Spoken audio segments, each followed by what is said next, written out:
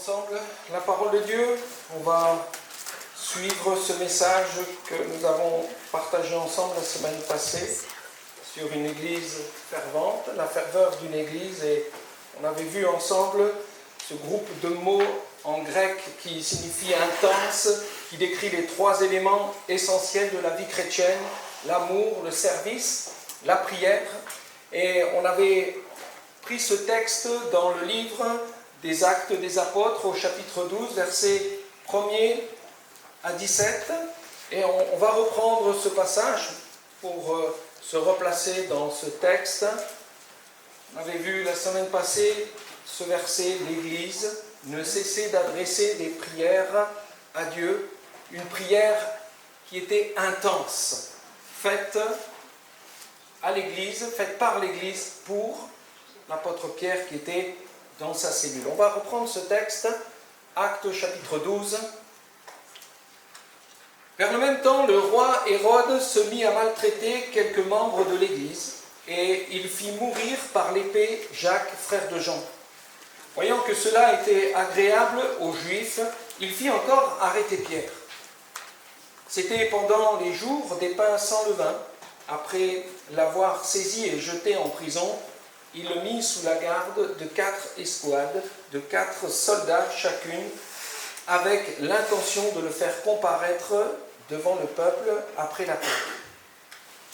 Pierre donc était gardé dans la prison, et l'Église ne cessait d'adresser pour lui des prières à Dieu. La nuit qui précéda le jour où Hérode allait le faire comparaître, Pierre, lié de 2 chaînes, dormait entre 2 soldats, et des sentinelles devant la porte gardaient la prison.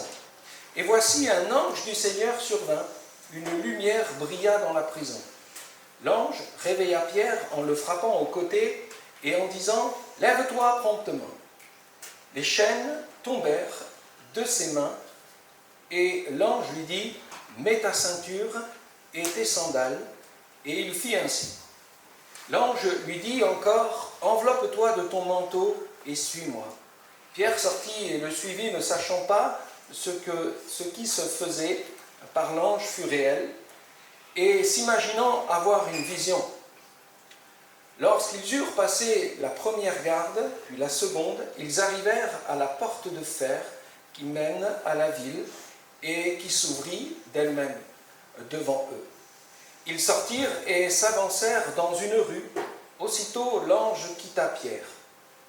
Revenu à lui-même, Pierre dit: je vois que le Seigneur a envoyé son ange et qu'il m'a délivré de la main d'Hérode et de tout ce que le peuple juif attendait. » Alors, après avoir réfléchi, il se dirigea vers la maison de Marie, mère de Jean, nommée Marc, où beaucoup de personnes étaient réunies et priaient. Il frappa à la porte du vestibule et une servante nommée Rhoda s'approcha pour écouter. Elle reconnut la voix de Pierre et dans sa joie, au lieu d'ouvrir, elle courut annoncer que Pierre était devant la porte. Et ils lui dirent: « Tu es folle !» Mais elle affirma que la chose était ainsi.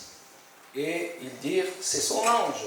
Cependant, Pierre continuait à frapper. Ils ouvrirent et furent étonnés de le voir. Pierre, leur ayant de la main fait signe de se taire, leur raconta comment le Seigneur l'avait tiré de la prison, et il dit: « Annoncez-le à Jacques et aux frères. » Puis il sortit et s'en alla dans un autre lieu. Amen. Seigneur, on te loue, on te bénit pour ta parole. Seigneur, tu vas fortifier, encourager, bénir ton Église ce matin. Seigneur, touchez encore le cœur de celui qui te cherche, celui qui a besoin de toi. Seigneur, que la puissance de l'Évangile, Seigneur, puisse encore pénétrer dans le cœur le plus dur, le cœur le plus fermé. Seigneur, moi je te prie pour celui qui est dans sa prison d'angoisse et de crainte, Seigneur, que tu viennes le secourir, Seigneur. Viens nous visiter par, Seigneur, ton Saint-Esprit. Viens visiter les cœurs, Seigneur, par ton Saint-Esprit, par l'Esprit de Christ, qui puisse nous ranimer ce matin. Alléluia, à toi la gloire, Jésus. Quand on voit dans ce texte, Hérode, lui, pensait bien maîtriser la situation.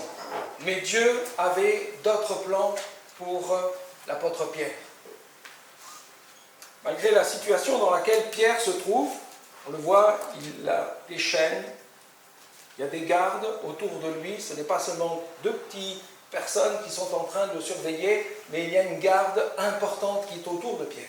Il y a même une porte de fer qui referme la ville, il y a la cellule, elle est fermée, il est vraiment enfermé dans cette prison.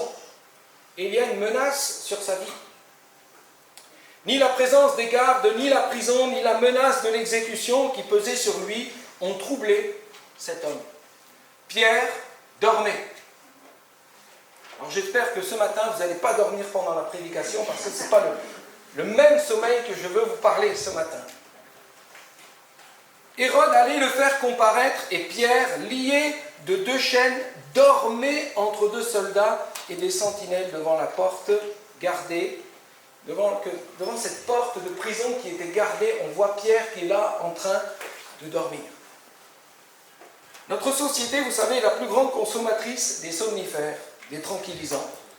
Il y a une augmentation qui est liée à l'anxiété du Covid, soit 5 à 8% sur une année. C'est énorme. Alors que c'est dans les magazines que je lisais ça, je voyais ça dans le Nouvel Observateur et d'autres journaux qui expliquaient qu'en 2017, la consommation de somnifères et de tranquillisants en France était en train de baisser.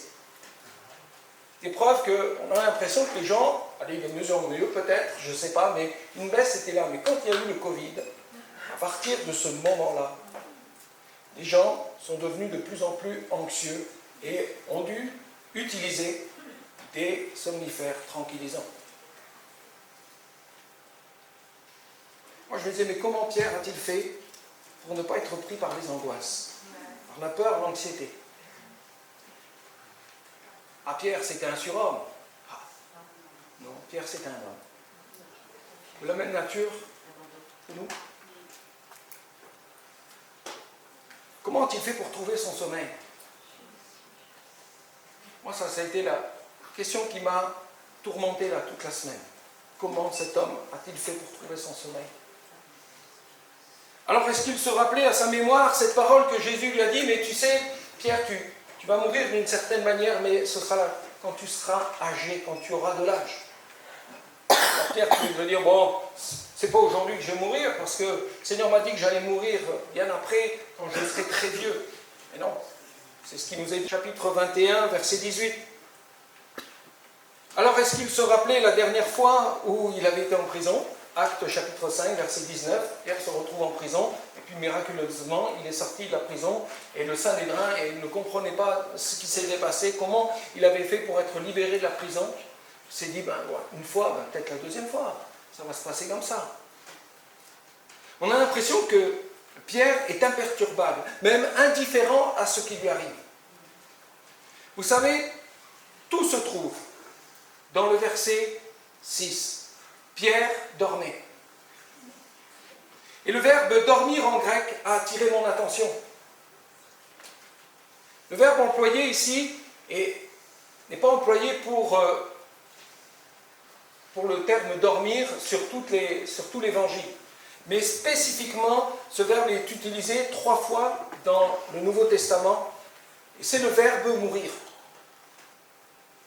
C'est un état de sommeil, c'est être mort physiquement, par euphémisme, dormir. C'est mourir physiquement et par euphémisme s'endormir. C'est ici, frères et sœurs, toute l'image de se reposer, d'entrer dans le repos. Pierre ne s'apitoie pas sur son sort, mais il s'abandonne pleinement, parce que cet homme a confiance en Dieu. Il a confiance en son Seigneur. Et vous savez quoi dans ce passage? Pierre dormait. En fait, Pierre mourait à lui-même. Qu'importe. Mes projets de ce que j'avais prévu, et si je dois mourir, je meurs. Et s'il doit se passer autre chose, si tu as prévu d'autres plans, eh bien le Seigneur accomplit. Cet homme est mort à ses projets, il est mort à sa vie.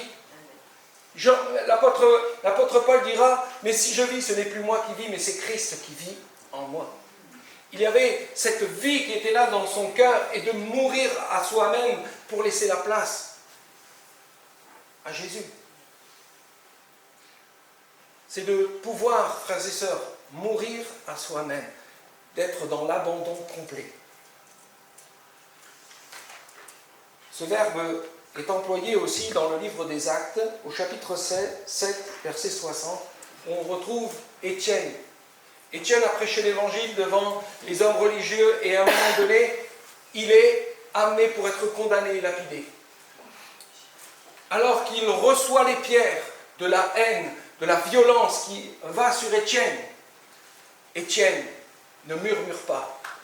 Il n'insulte pas les gens qui sont en train de lui faire du mal. Et il dira, Seigneur, ne leur impute pas ce péché. Et après ces paroles, qu'est-ce que Pierre a fait? Il s'est endormi. Étienne, il s'est endormi. C'est le terme, il est mort. Quelque part, il est rentré dans cet assoupissement où il s'est laissé, Seigneur, je m'abandonne pleinement à toi, je me remets à toi, je remets ma vie à toi, je m'abandonne à toi. Dormir, c'est de s'en remettre au Seigneur.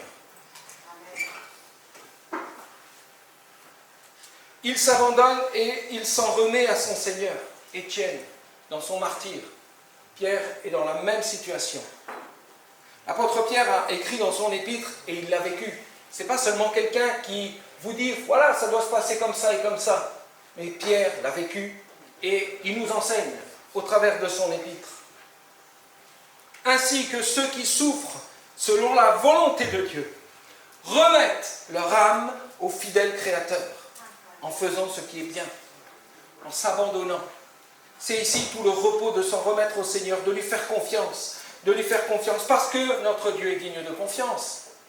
Il est digne qu'on s'approche de lui et qu'on lui remette pleinement nos vies, parce qu'il est fidèle. Notre Dieu est fidèle, il est le fidèle Créateur. Pierre dira aussi dans son épître, chapitre 5, verset 7, « Déchargez-vous sur lui de tous vos soucis, car lui-même prend soin de vous. » Je ne sais pas quelle épreuve vous êtes en train de traverser ce matin. Dans quelle prison vous vous retrouvez? Dans quelle pression vous avez sur vos vies, sur votre famille, sur bien des choses? Je ne vais pas vous dire dormez. Je vais vous dire remettez-vous au Seigneur. Mourez à vous-même. Abandonnez toute chose. Arrêtez d'essayer de trouver des solutions par vous-même. Remettez-vous pleinement au Seigneur. Abandonnez. Déchargez-vous sur lui de tous vos soucis. Première épître de Pierre, chapitre 2, verset 23. Jésus est ici mis en avant dans ce que Pierre est en train d'enseigner. Pierre prend exemple sur son Seigneur Jésus. Pierre n'a pas regardé à lui-même, il a regardé à Christ, à ce que Christ a porté. Et il dira de lui, lui qui injuriait ne rendait point d'injure, maltraité ne faisait point de menaces, mais s'en remettait à celui qui juge justement. Abandonne-toi au Seigneur ce matin.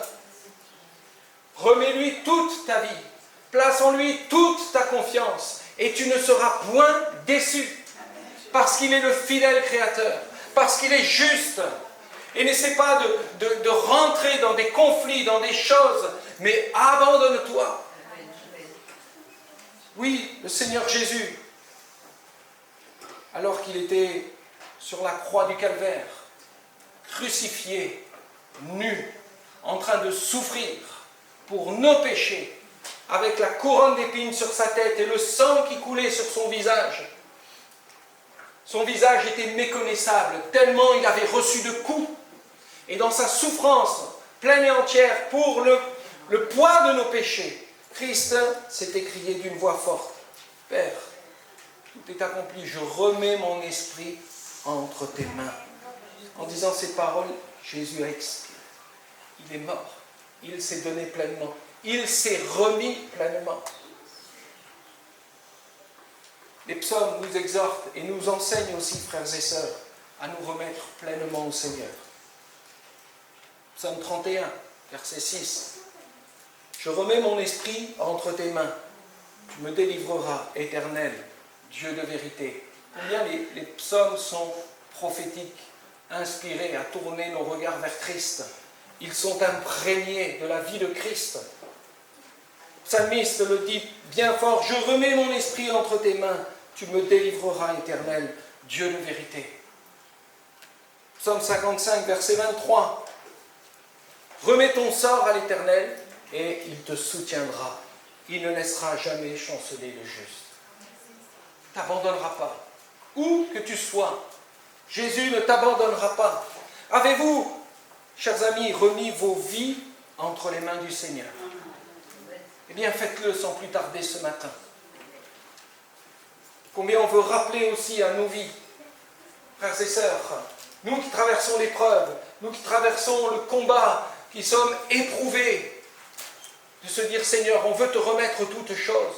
Je veux te remettre ma famille, je veux te remettre ma vie, Seigneur Jésus. Et je veux peut-être, Seigneur, dans cette pensée, de renoncer peut-être à tout un tas de projets qui sont peut-être futiles. Mais Seigneur, je veux m'abandonner à toi, Seigneur, et te dire, Seigneur, prends ma vie en main, dirige toutes choses.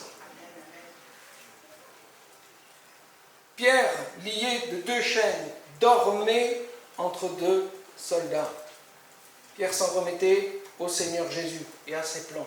Seigneur, quoi que tu as prévu, Seigneur, je te fais confiance. Pierre était soutenu par une église qui priait intensément, et nous l'avons vu la semaine passée.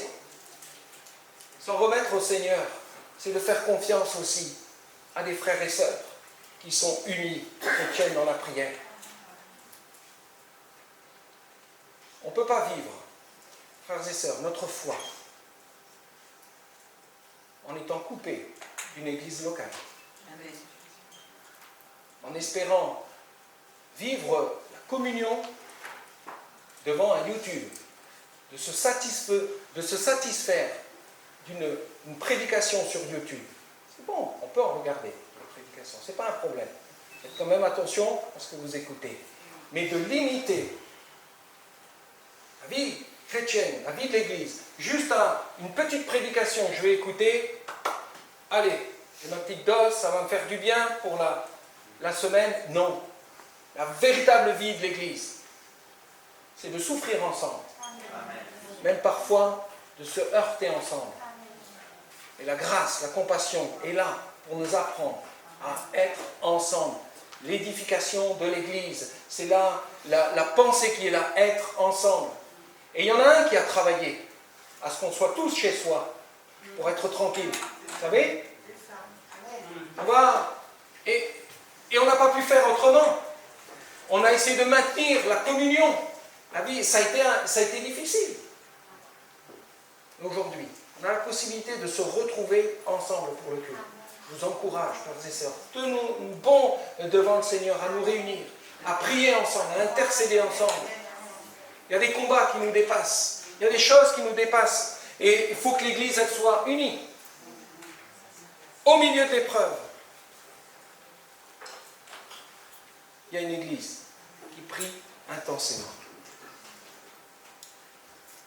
Pierre, vous savez, dans sa prison, ne regarde pas au mur, il ne regarde pas aux liens, il ne regarde pas aux gardes qui sont là, Pierre.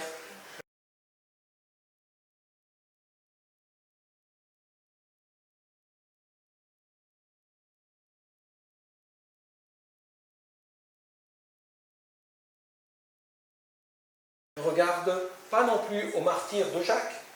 Dire, ouais, Jacques, on lui a coupé la tête, ça a été fini pour lui, et peut-être que c'est ça qui va m'arriver, et j'en sais rien. Pierre ne regarde pas tout ça. Pas qu'il n'avait aucune compassion pour son compatriote, loin de là. Pierre ne regarde pas non plus aux menaces d'Hérode, Agrippa Ier. Ne regarde pas ces menaces. Vous savez, la fin du chapitre nous montre comment Hérode a fini. Hérode commence, il persécute. Hérode, là, c'est l'image du diable qui persécute l'Église, qui se déchaîne, qui est en colère sur l'Église et qui manifeste tout un tas de choses mauvaises sur l'Église. Mais la fin d'Hérode, Hérode s'est proclamé Dieu devant toute une assemblée Et au même instant, il est mort, rongé par les vers. Ça, c'est la phase finale d'Hérode. Et moi, je peux vous dire, l'ennemi de notre âme, Satan, se déchaîne sur l'Église. Oui, mais la finalité, c'est qu'il va être détruit. Et déjà, à la croix du Calvaire, Jésus l'a anéanti. C'est déjà chose faite. Mais la finalité, elle est là. Et c'est ce qui doit réjouir nos cœurs, nous encourager ce matin. C'est la victoire de notre Seigneur Jésus-Christ. Dans les projets d'Hérode visant à gagner la faveur du peuple à ce moment-là, il a persécuté les chrétiens. Mais il a oublié quelque chose de très important. C'est que Dieu est capable de faire bien plus que ce que l'on peut imaginer. Il a oublié, Hérode, de ce que Dieu était capable de faire. Dieu avait encore du boulot pour Pierre. C'était pas fini. Pierre, pas fini. Il y a du travail pour toi.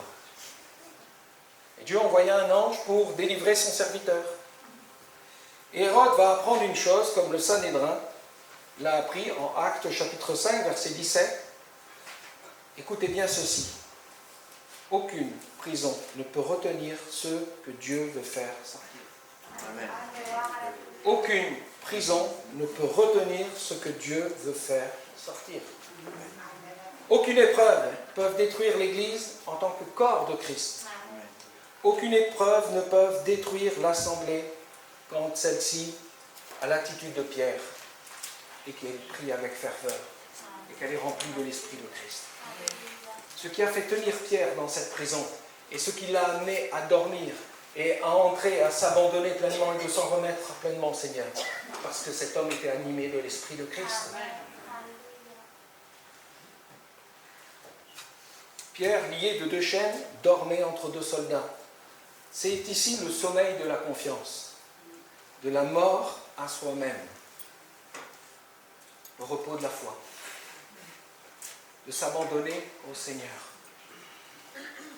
Frères et sœurs, ce message nous invite et nous encourage à nous en remettre à lui et de nous abandonner au Seigneur. Et là, le secours de Dieu prend place. Et j'aimerais relire ce passage. La nuit qui précéda, à partir du verset 6, si Claude, tu veux l'afficher. La nuit qui précéda le jour où Hérode allait faire comparaître Pierre, lié de 2 chaînes, dormait entre 2 soldats et des sentinelles devant la porte gardaient la prison. Et voici, un ange du Seigneur survint et une lumière brilla dans la prison. L'ange réveilla Pierre. Et ensuite, en le frappant sur le côté, en disant « Lève-toi promptement ». Et ensuite, les chaînes tombèrent de ses mains. Et l'ange lui dit « Mets ta ceinture, tes sandales ». Et il fit ainsi. L'ange lui dit « Encore enveloppe-toi de ton manteau et suis-moi ». Pierre sortit et le suivit, ne sachant pas que ce qui se faisait par l'ange fut réel, et s'imaginant avoir une vision. L'indice dans ce texte, très important, cette délivrance a lieu au moment de la fête de la Pâque. La fête des pains sans levain, et c'est ce qui nous est dit au verset 3 et au verset 4. Et de la manière dont la délivrance de Pierre est opérée, c'est Exode, exactement comme dans le livre de l'Exode, chapitre 12, quand le peuple s'est mis en place, préparé, pris le pain à la hâte, s'est habillé, prêt à partir pour aller en direction de la terre promise. La même chose, mets tes sandales, ta ceinture, tout ce qu'il faut, mets-toi en route, on y va. D'abord, il s'est passé une chose, Pierre a été réveillé. Pierre a été réveillé, et c'est le réveil, c'est ici toute l'image de la résurrection. Allez Pierre, en route, lève-toi promptement. Et à ce moment-là, les chaînes sont tombées. Et Pierre est sorti, alors que cette prison était fermée. Et il y a ici toute une image d'Israël qui a quitté l'Égypte, qui a pris le pain à la hâte. Il y a ici le fait de quitter l'esclavage, de quitter ce qui opprimait, oppressait Israël. Ils se sont mis en route et ils sont partis. Et ils se sont retrouvés où? Devant la mer Rouge. Devant l'obstacle. Devant quelque chose qui était fermé devant eux. Dieu a ouvert les eaux et ils ont pu traverser. Vous avez ici un parallèle entre ce que Pierre a vécu et la délivrance d'Israël en Égypte. Parce que la Pâque juive trouve son accomplissement dans la mort et dans la résurrection de Jésus-Christ. Parce que c'est Christ qui nous libère, qui nous délivre, qui nous a franchis. Aucune prison ne peut retenir ce que Dieu veut faire sortir. La mort n'a pas pu retenir Jésus-Christ parce qu'il est ressuscité. Abandonne-toi complètement. Meurs à toi-même. Mourrez à vous-même et laissez Christ vous ressusciter. Laissez Christ vous sortir, vous délivrer, vous amener là où il veut. Le secours de Dieu, l'ange réveilla Pierre. Et il y a ici toute l'image de la résurrection. Lève-toi promptement, vas-y. Et ensuite, les chaînes tombèrent de ses pieds. Pierre a fait une chose. Il a obéi. Il n'y a pas de foi sans obéissance. La foi nous amène à obéir à ce que le message de Dieu vient toucher nos cœurs. Et nous amène, nous réveille. Et nous amène à entrer dans les promesses de notre Dieu. À sortir miraculeusement de la prison. Mais Pierre aurait pu dire, c'est impossible, comment tu veux qu'on sorte là? Il a suivi l'ange qui était devant. Pas lui qui a ouvert les portes. Il y a des choses que nous, on ne va pas faire, qu'on ne sait pas faire, qu'on ne peut pas faire. Mais il y en a un qui peut tout. C'est notre Dieu. Pierre, dans sa prison, n'a pas oublié la signification de la Pâque. Moi, je le crois. Parce que dans son épreuve, il l'a vécu. C'est au repas de la Pâque que Jésus a instauré le repas de la Sainte Seine. La dernière Pâque que Jésus a pris avec ses disciples, il a instauré la Sainte Seine. Et vous savez, on peut prendre mécaniquement le repas de la Sainte Seine. C'est parti, la liturgie du culte. On y va, on prend le pain, le vin, clac, clac. Et voilà, c'est fait. Hop, le pasteur il va prêcher, ça va être les annonces. Et le culte est fini. Voilà, non. Pourquoi on prend la Sainte Seine tous les dimanches? Parce que c'est un message qui est là. Et dans ta prison, et dans l'épreuve ce matin, et en reprenant le pain et le vin, rappelle-toi de ce que Christ a accompli. Rappelle-toi que c'est dans son œuvre à la croix du calvaire que tu as été pardonné de tes péchés. C'est dans son œuvre à la croix que tu es guéri. Dans tout ce que Christ a accompli. Et Jésus a dit, faites ceci en mémoire de moi. On ne prend pas la Sainte Seine parce que ça fait seulement partie de la liturgie. Elle est un message véhiculé. Ce n'est pas quelque chose de mystique. Ce n'est pas par superstition, je prends le vin et puis je vais me sentir mieux. Vous voyez? Non. C'est juste que ça me parle. Ça me communique, ça me rappelle à ma mémoire. Pierre, dans sa prison, dans l'épreuve qu'il a vécue, il y a des choses qui ont été rappelées à sa mémoire. Avait-il oublié la signification de la Pâque? Moi, je crois que là, quand il était dans sa prison, il ne l'a pas oublié. Je crois que l'Église, quand elle priait, elles n'ont pas oublié non plus la signification de la Pâque, de ce que ça représente. La délivrance. Pierre a appris à s'en remettre à Dieu. Je vous donne ici la conclusion. Pierre a appris à s'en remettre à Dieu, à son Seigneur, à lui faire confiance, à lui abandonner sa vie. De se livrer complètement au Seigneur. Pierre a appris que le secours vient d'en haut. Pierre a revécu quelque part cette Pâque. Et vous savez, l'épreuve doit recentrer nos regards vers l'œuvre de Christ, vers l'œuvre de la croix. Christ est notre Pâque, c'est Christ qui nous a franchis, qui nous délivre. Christ est notre résurrection. Quand bien même nous pouvons passer par l'épreuve, frères et sœurs. Quoi qu'il en soit, celui qui nous a ressuscités. C'est Christ. Nous sommes ressuscités en Christ. Dans cette promesse. Quand bien même nous allons mourir, nous allons quitter cette terre. Jésus va revenir et l'Église, elle va ressusciter. Avez-vous cette espérance? Moi, je l'ai. Et je sais aussi que même si je traverse là l'épreuve, la difficulté, celui qui est là, qui m'accompagne, celui qui me ressuscite, qui me redonne espoir, qui renouvelle en moi quelque chose de bon, alléluia, l'Esprit de Christ a besoin d'animer nos cœurs, nos vies. Que le Saint-Esprit ce matin vous renouvelle chacun. Quoi que tu vives, quoi que tu traverses. Vous savez, les chants ont été conduits ce matin. Les paroles ont été conduites ce matin de ce qui a été apporté dans les dons spirituels. Tout a été conduit. Que ce matin, le Seigneur vous renouvelle pleinement. On va prier ensemble. Voilà comment Pierre a surmonté l'anxiété en trouvant le repos dans le Seigneur Jésus, en s'appuyant, en s'en remettant pleinement à lui. Amen.